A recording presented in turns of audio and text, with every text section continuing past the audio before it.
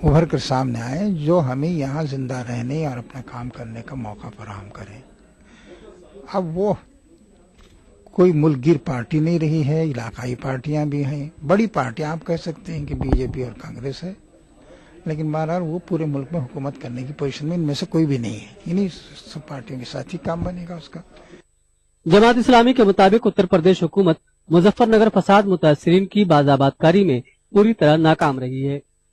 जमात का मुतालबा है कि हुकूमत फसाद के कसूरवारों को सजा दे और मुतासरीन को उनके घरों को वापस भेजे जाने की कोशिश करे। कि हुआ यह है कि वहाँ जो तरीका और रवैया अख्तियार किया गया वो बहुत ही तकलीफदेह और शर्मनाक था। मसलन बुलडोजर तक के जरिए से कैंपों को उजाड़ा गया। अब जिन लोगों को वहाँ से भगाया गया, निकाला गया है, उसमें से कुछ लोग अपने रिश्तेदारों के यहाँ हैं, कुछ लोगों ने पैसे उसे लेकर या थोड़ी बहुत मदद मिली तो किरायों के मकानात पर रह रहे हैं। उनकी बाज़ाबात पूरे तरीके से नहीं हुई। देखिए इस तरह की हरकतों से फसादात को बढ़ावा मिलता है। अगर आपने देखिए पहले फसाद होना नहीं चाहिए, फसादियों को आगे बढ़ने नहीं देना चाहिए, उनके खिलाफ एक्शन लेना चाहिए, अच्छा अदालतों को काम करना चाहिए, एडमिनिस्ट्रेशन को काम करना चाहिए। और ये भी एक तरीका है फसाद को रोकने का कि जिन लोगों को उजाड़ा गया अगर आप उन्हें फिर से बसा दें तो आइंदा लोगों को इस बात की हिम्मत नहीं होगी कि वो लोगों को बर्बाद करें।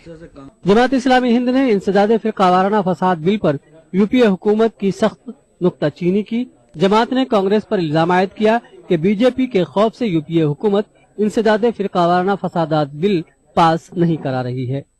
ईटीवी न्यूज, नई दिल्ली। दलितों और पसमानदा तबके की तंजीम बामसेफ ने दफा 341 के जरिए मुसलमानों को रिजर्वेशन से महरूम रखे जाने की मजम्मत की। बामसेफ के कौमी सदर ओमन मेश राम ने 1950 के सदारती अहकाम को दस्तूर की सरीहन खिलाफ वर्जी करार दिया।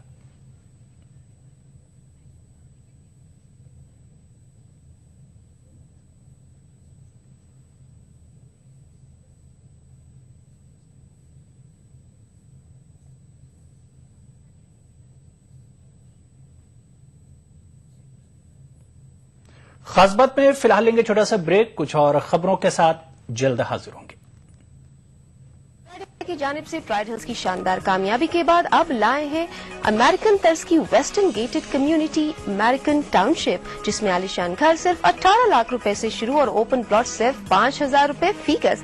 इसके अलावा बेशुमार मॉडर्न एमिनिटीज के साथ संतोष नगर से सिर्फ 7 मिनट के फासले पर अमेरिकन टाउनशिप। पहले छोटी मोटी मजदूरी करके किसी तरह से अपना गुजारा करता था, लेकिन राष्ट्रीय शहरी आजीविका मिशन ने मुझ जैसे को स्किल्ड वर्कर बनाया और हमारी गरीबी दूर हुई। राष्ट्रीय शहरी आजीविका मिशन के प्रयासों से हम शहरी गरीबों को रोजगार के नए नए साधन मिले। हमने काम करने के कुशल तरीके सीखे और आज अपने धंधों को जमाया। पहले हम सब घरों में साफ सफाई और खाना बनाकर बड़ी मुश्किल से अपना घर चलाती थी, लेकिन भारत सरकार की राष्ट्रीय शहरी आजीविका मिशन की प्रेरणा से हमने मिलकर एक सेल्फ हेल्प ग्रुप बनाया और फिर ये काम शुरू किया। इस ग्रुप में थोड़ा थोड़ा पैसा इकट्ठा करके हम अपने ग्रुप की महिलाओं को उनकी जरूरत के हिसाब से लोन देते हैं और बैंक भी हमारे सेल्फ हेल्प ग्रुप को काम के लिए कम ब्याज दरों पर लोन देते हैं। अपने काम में कुशल होना गरीबी से लड़ने का एक अचूक हथियार हो सकता है और यही सरकार के इस मिशन का पहला मकसद भी है। राष्ट्रीय शहरी आजीविका मिशन, मिशन 1, लक्ष्य। अपनाइए मिला स्किन क्रीम। इसको सिर्फ रात में इस्तेमाल करने से आपको मिले फेस प्रॉब्लम से आजादी। अब फेस प्रॉब्लम को कहिए बाय बाय। एली फार्मास्यूटिकल्स द्वारा। अक्सर जिंदगी के उतार चढ़ाव में सिमतें गुम हो जाती हैं। छोटी छोटी उलझनों को सुलझाने में सपने उलझ के रह जाते हैं, पर एक सही सिमत और थोड़ी सी मदद से जिंदगी फिर से संवरने लगती है। मेरा एक सपना था, एक खुला आसमान और मैं उड़ान भरने को तैयार, पर जिंदगी को ये मंजूर न था। अब्बू बचपन में गुजर गए, माँ कपड़े सिल सिल के हम भाइयों को पढ़ाती रही। मेरी पढ़ाई बीच में ही रुक गई, पर मैंने कभी उम्मीद का दामन नहीं छोड़ा। फिर पता चला हुकूमत हिंद की जानिब से अकलियती तबके के वसाइल से आरी होनहार बच्चों को 12वीं के बाद कोई प्रोफेशनल या तकनीकी कोर्स ज्वाइन करके तालीम मुकम्मल करने के लिए स्कॉलरशिप मिलती है। आज मेरा अपना ऑटोमोबाइल वर्कशॉप है। मैं आज इस काबिल बन गया हूँ कि अपने जैसे ही बच्चों की मदद कर सकूँ।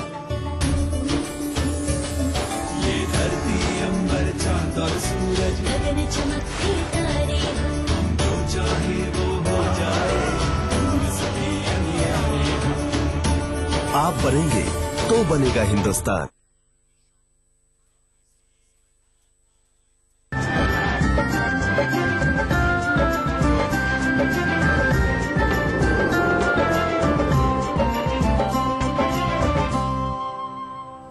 और अब बात करेंगे सफरे हज की। हज 2014 के लिए आज से मुल्क भर में दरख्वास्त फॉर्म जारी हो गए हैं। मुंबई हज कमेटी ने दरख्वास्त फॉर्म की तकसीम और दरख्वास्त लेने का अमल शुरू कर दिया है। खास बात यह है कि हज दरख्वास्त के साथ हलफनामे की शर्त खत्म कर दी गई है। आज़मीन हज को सिर्फ इकरारनामा जमा करना होगा। उधर राजस्थान हज कमेटी की जानिब से हज हाउस में फॉर्म जारी किए जा रहे हैं। दिन के 11 बजे से 4 बजे शाम के दरमियान फॉर्म हासिल किए जा सकते हैं। फॉर्म भरने की आखिरी तारीख 15 मार्च है। राजस्थान हज कमेटी के सदर सलीम कागजी के मुताबिक इस बार आज़मीन को फॉर्म भरने और तिब्बी जांच समेत तमाम सहूलतें एक ही जगह पर फराहम कराई जाएंगी।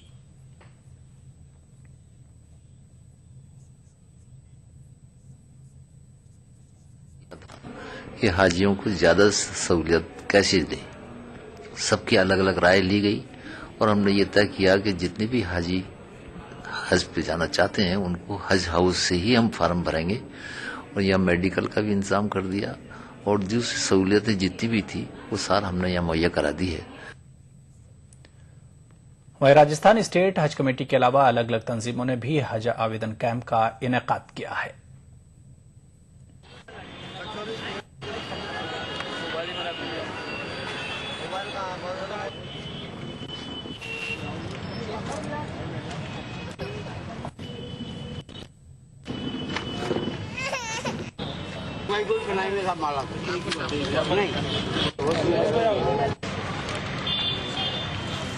के जो आज फॉर्म भरे जा रहे, फॉर्म वितरित किए जा रहे, मैं इंशाल्लाह उम्मीद करूंगा कि जयपुर से ज्यादा लोग जो यहाँ से जो हज के फॉर्म भर रहे हैं उनका नंबर आए और वो लोग सब अपने पूरे यहाँ से तरबियती जब कैंप लगेगा उनके अंदर ट्रेनिंग करके और अपना हज करने जाएं और वो पूरे अरकानात पूरे करें और उसकी बाकायदा पूरी तरीके से यहाँ से ट्रेनिंग लेके जाए, मैं ऐसी उम्मीद करता हूँ। तो ये रामगंज चौपड़ पे आज हमने कैंप इसलिए लगाया है कि लोगों को जानकारियां नहीं थी तो लोगों को जानकारियां हो जाए इससे, और यहाँ पे हमारे इस कैंप के अंदर मेडिकल सारी फिटनेस वगैरह और सारी सहूलियतें मुहैया हैं यहीं पर ही, और ये हम काम को अंजाम दे रहे हैं।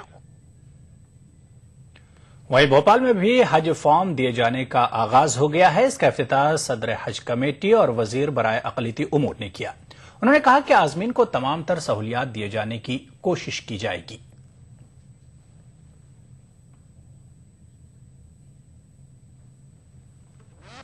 आज़मीन हज जो लगभग 15 से 20 हजार आज़मीन हज होते हैं जो आवेदन करते हैं, ऐसे लोगों को अपने अपने जिले में ही फॉर्म उपलब्ध हो सके और वो फॉर्म वहीं अपने जिले में जमा भी कर सके।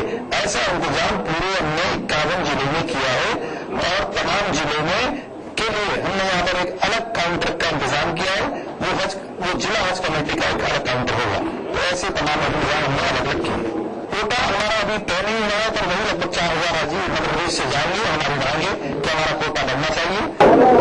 हज हाउस माननीय मुख्यमंत्री की सर्वोच्च प्राथमिकता है, इसलिए मैंने पहला निरीक्षण इसी का किया था। दूसरा जो अल्पसंख्यक जो कल्याण विभाग है उसके अंदर भी मतलब उसमें बजट बढ़ाने का प्रावधान आने वाले मेन बजट में हम लेंगे ताकि ज्यादा से ज्यादा लोगों को हम ट्रेनिंग दे सके। उसमें भी समय पर आवेदन भी किया है, निवेदन भी किया है कि भाई यहाँ का कोटा बढ़ाया जाना चाहिए। आंध्र प्रदेश स्टेट हज कमेटी ने आज हज 2014 के दरख्वास्त फॉर्म जारी किए। इस मौके पर वजीर बराए अक़लियती बहबूद मोहम्मद अहमदुल्ला और सेक्रेटरी अक़लियती बहबूद मोहम्मद उमर जलील ने यकीन दिलाया कि रवां साल आज़मीन हज के लिए बेहतर से बेहतर इंतजामात किए जाएंगे। हज हाउस हैदराबाद में आइंदा हज के दरख्वास्त फॉर्म की इजराई के लिए इजलास मुनक्किद किया गया। इस मौके पर आंध्र प्रदेश के महकमे अक़लियती बहबूद ने रियासत के आज़मीन के लिए इंतजामात को बेहतर से बेहतर बनाने की यकीन दहानी कराई। उससे बेहतर कोशिश हम अब की बार भी करेंगे कि आप लोगों को जो कुछ भी बिल्डिंग वहां पर फराहम की जाए, जो रहने की रिहाइश की जगह फराहम की जाए वो आपकी सहूलत के लिए हो। रही बात रुबात की भी हम कोशिश करेंगे कि हमारे लोग जितने भी हम यहाँ से रेफर किए जाएं। गवर्नमेंट ऑफ इंडिया क्या कर रही है, रिकमेंडेशन का मामला चला गया डायरेक्ट खुले में ना मिनिस्टर कोटा है, ना एमएलए कोटा है, ना एमपी कोटा, किसका भी नहीं। उसके वास्ते डायरेक्ट खुले में जाना है। खुले में जो भी है खुशकिस्मती, अब जो है मायूस नहीं होना। इंशाल्लाह ये साल है, नेक्स्ट साल जाते हैं। अभी मैं लास्ट 3 महीने से उम्रा को जाना ट्राई करता हूँ। इस मौके पर वजीर बराए अक़लियती बहबूद ने रस्मी तौर पर आज़मीन में हज 2014 के दरख्वास्त फॉर्म तकसीम किए। आंध्र प्रदेश स्टेट हज कमेटी के special officer professor S.A. Shakoor ने रियासत के आज़मीन हज को बताया कि दरख्वास्त फॉर्म अजला के मुख्तलिफ हज सोसाइटीज के जरिए भी हासिल कर सकते हैं। रियासती आज़मीन हज के लिए हर साल तकरीबन 7,000 सीटों का कोटा मुकर्रर किया जाता है। और इसमें 2-3 चीजें खास तौर पर गौर करने की है। एक तो ये है कि अगर आप इस फॉर्म को फिलअप करके दाखिल कीजिए, या आप हज कमेटी ऑफ इंडिया.com पर जाकर आप फॉर्म फिलअप कर उसकी जो कॉपी होती है वो लेके भी आप सबमिट कर सकते हैं। और दूसरी चीज, आप फॉर्म की जिराक्स कॉपी लेकर भी फिलअप करके फॉर्म को सबमिट कर सकते हैं। फॉर्म को हम लोगों ने थ्रू हज कमेटी के सारे अजला में फॉर्म को कल रात ही रवाना किया गया है। जहां जहां पर भी अजला की कमेटियां हैं वहां से आप फॉर्म ले सकते हैं और फिलअप करके आप दाखिल कर सकते हैं। हज 2014 के लिए दरख्वास्त देने की आखिरी तारीख 15 मार्च मुकर्रर की गई है। ETV news Hyderabad. आगे बढ़ेंगे। मुफक्किर इस्लाम हजरत मौलाना अबुल हसन अली नदवी के हयात खिदमत पर बेंगलुरु में एक रोजा सेमिनार का इनेकाद अमल में आया। इस मौके पर all India Muslim personal law board के सदर मौलाना सैयद राबे हसनी नदवी ने कहा कि मिल्लत की इस्लाह और मुल्क की तरक्की के लिए मौलाना अली मियां के अफकार को आम करने की जरूरत है।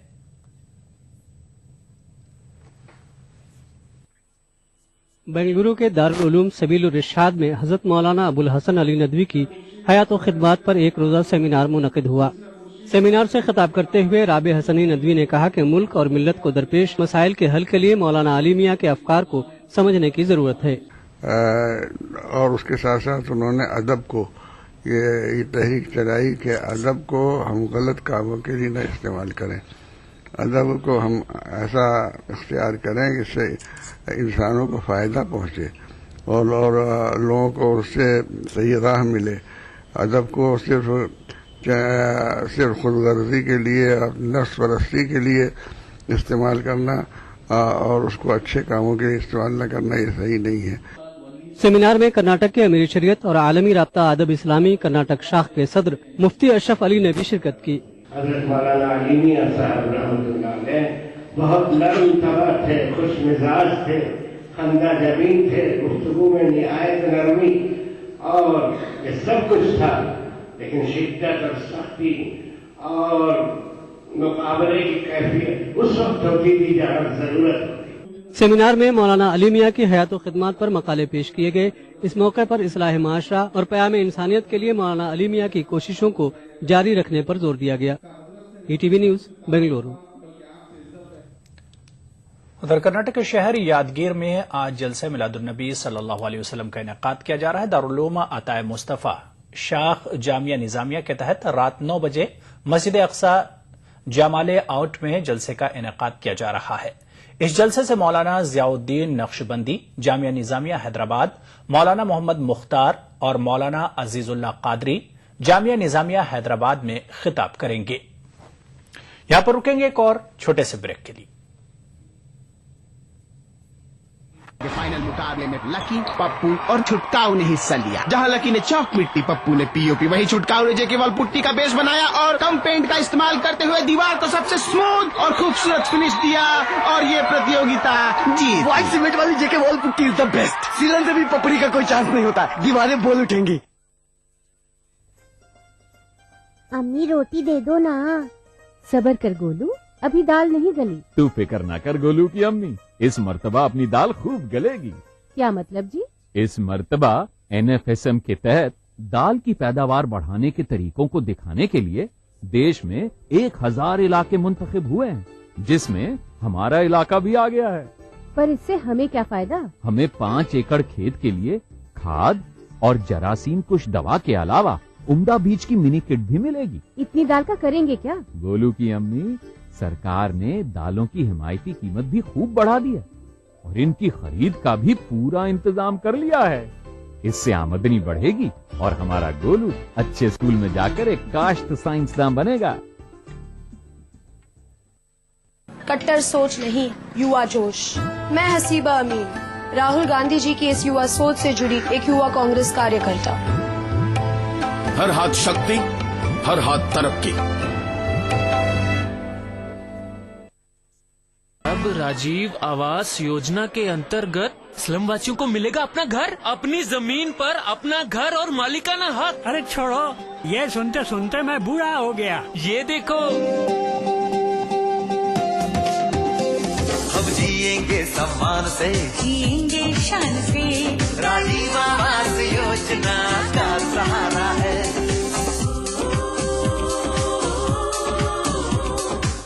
अपना भी घर होगा, अपनी इज्जत होगी। शहर में ही अपना पता होगा, राजीव आवास योजना का सहारा है।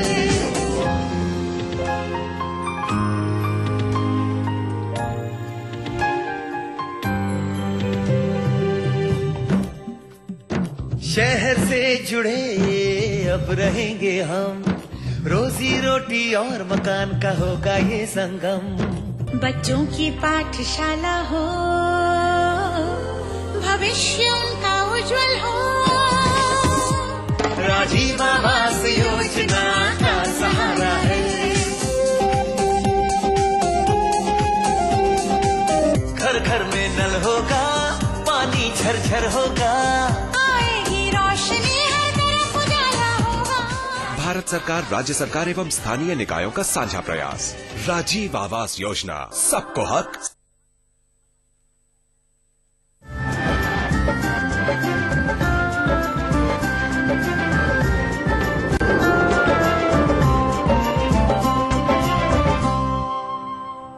खास बात में एक बार फिर आपका खैर मकदम है। नाज़रीन, कुरान करीम को हर जमाने में मुख्तलिफ जाविये और पैराए में पेश किया गया। किसी ने कुरान का कलमी नुस्खा बनाया तो किसी ने नए खत में तहरीर किया और किसी ने चावल के दाने पर कुरानी आयात लिखे जाने का कमाल कर दिखाया। लेकिन राजस्थान के टोंक के एक कातिब खानदान ने दावा किया है कि उन्होंने दुनिया की सबसे बड़ी कुरान मजीद खत्ते नस्ख में तहरीर करने का शर्फ हासिल किया है। अब भी देखिए। टोंक के मौलाना अबुल कलाम आजाद अरबी फारसी रिसर्च सेंटर की आर्ट गैलरी में लगी नुमाइश में कुरान करीम को भी पेश किया गया। इसके कैलीग्राफिस्ट यानी कातिब का दावा है कि ये दुनिया का सबसे बड़ा कुरान मजीद है जो खत नस्ख में तहरीर किया गया है। चित्तौड़गढ़ के सावा इलाके के बाशिंदा शेर खान की दरखास्त पर कातिब जमील अहमद ने इसे तहरीर किया है। इस कुरान शरीफ की लंबाई 15 फीट 5 इंच, चौड़ाई 7 फीट 1 इंच और वजन 250 किलोग्राम है। जमील अहमद के मुताबिक इस कुरान की तकमील में 2 साल का अरसा लगा है। दुनिया में बेशुमार कुरान शरीफ लिखे गए हैं छोटे बड़े साइज के, लेकिन ये खत्ते नस्ख में सबसे बड़ा साइज तैयार किया गया है। और ये सावा चित्तौड़ के एक साहब हैं जिनका नाम है अलहाज मोहम्मद शेर खान साहब, जिन्होंने मुझे याद फरमाया और इस काम की खिदमत को तफवीज़ फरमाया कि ऐसा कुरान शरीफ तैयार किया जाए। मैंने सुना है कि अफगानिस्तान में 8 फुट लंबा है, उससे भी कुछ बड़ा होना चाहिए। चुनाचे यहाँ हमने आने के बाद 10 फुट 5 इंच लंबा और 7 फुट 6 इंच चौड़ा कुरान शरीफ तैयार किया। 18 पन्ने जोड़कर एक पन्ना बनाया गया है। इसमें मेरे भाई गुलाम अहमद कातिब हैं। कागज जोड़ा, किसी ने डिजाइन बनाए, किसी ने खाके बनाए, किसी ने रंग भरे। 250 किलो इसका वजन है और तकरीबन 2 साल में ये काम मुकम्मल हुआ है। और यकीनन इसका जो साइज है और इसकी जो चौड़ाई और लंबाई है वो यकीनन बहुत ही हैरत अंगेज है और बहुत खूबसूरती से उसको लिखा गया है और उस पर नक्काशी की गई है।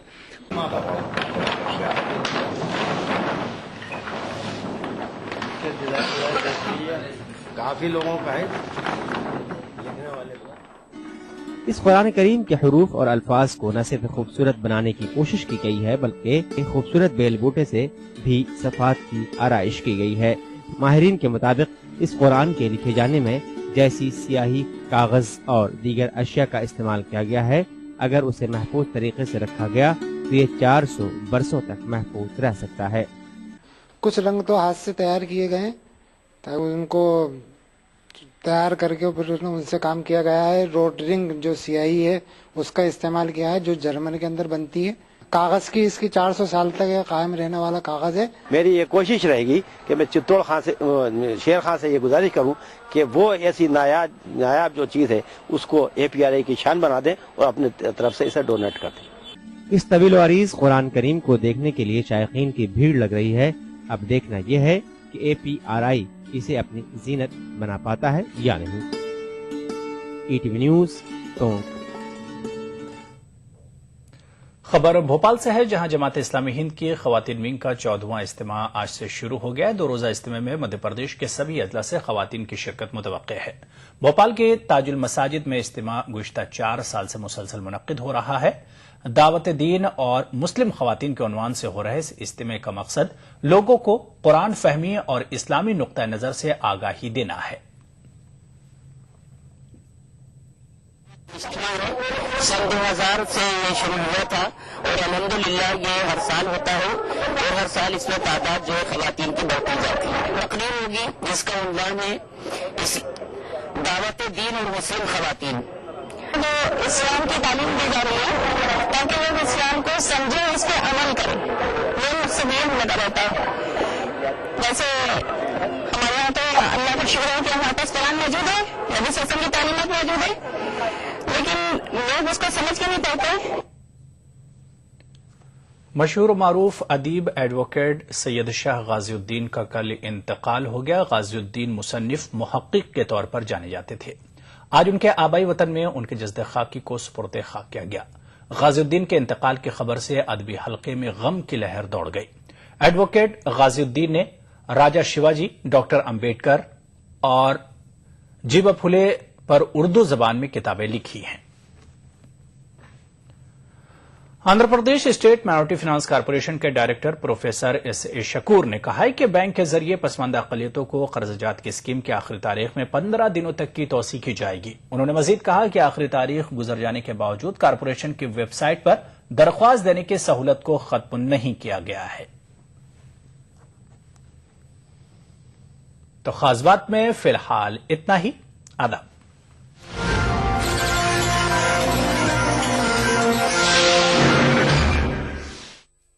खास बात को पेश करने में ताउन किया। प्राइड हिल्स की शानदार कामयाबी के बाद अब लाए हैं अमेरिकन टाउनशिप। ETV उर्दू पर अगला प्रोग्राम।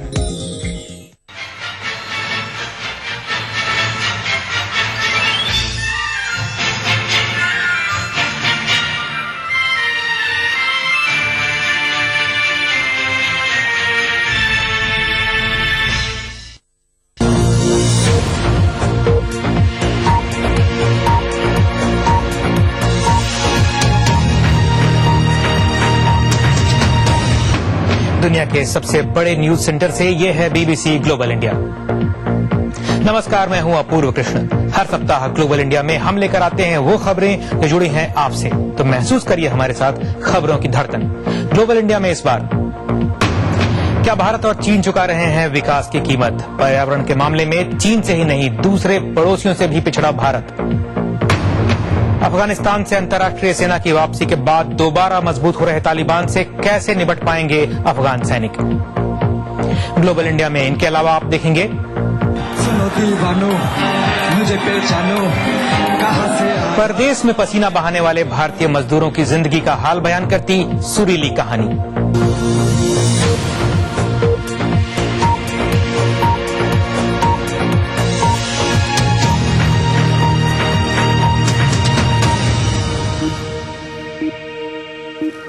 स्वागत है आप सबका ग्लोबल इंडिया की ताजा कड़ी में।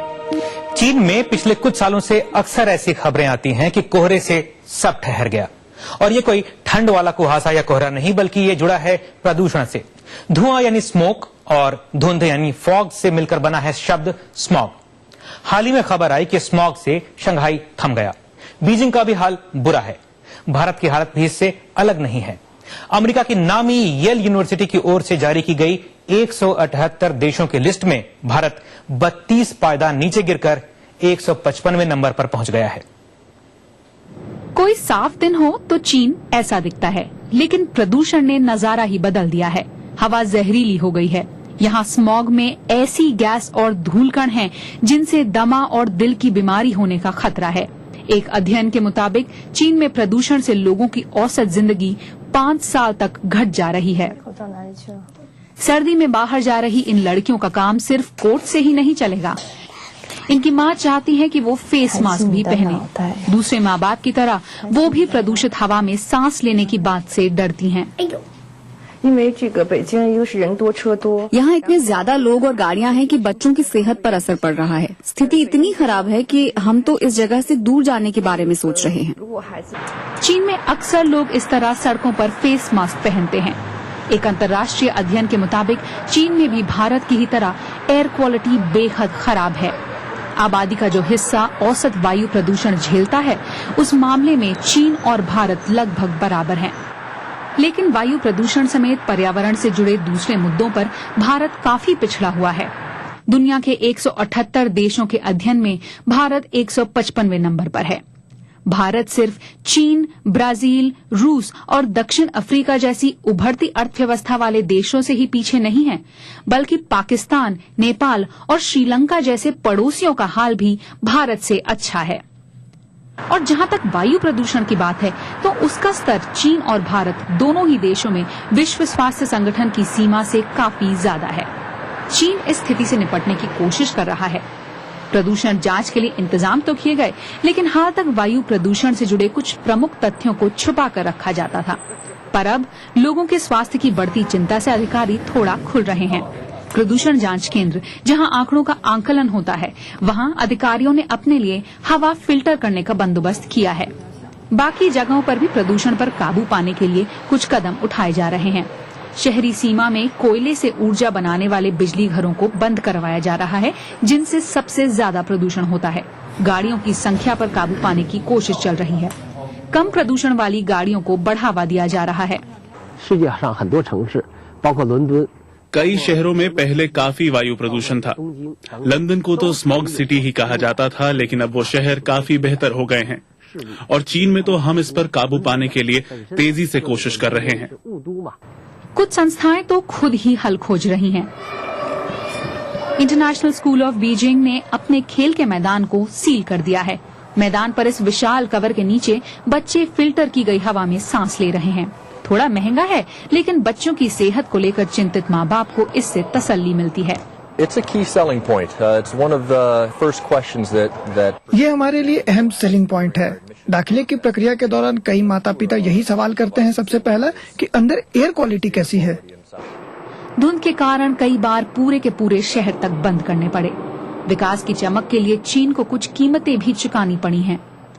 चीन सरकार अब पर्यावरण के अनुकूल तकनीकों को अपना रही है, पर लगता यही है कि भारत की ही तरह चीन के सिर पर भी प्रदूषण का खतरा अभी बरसों मंडराता रहेगा।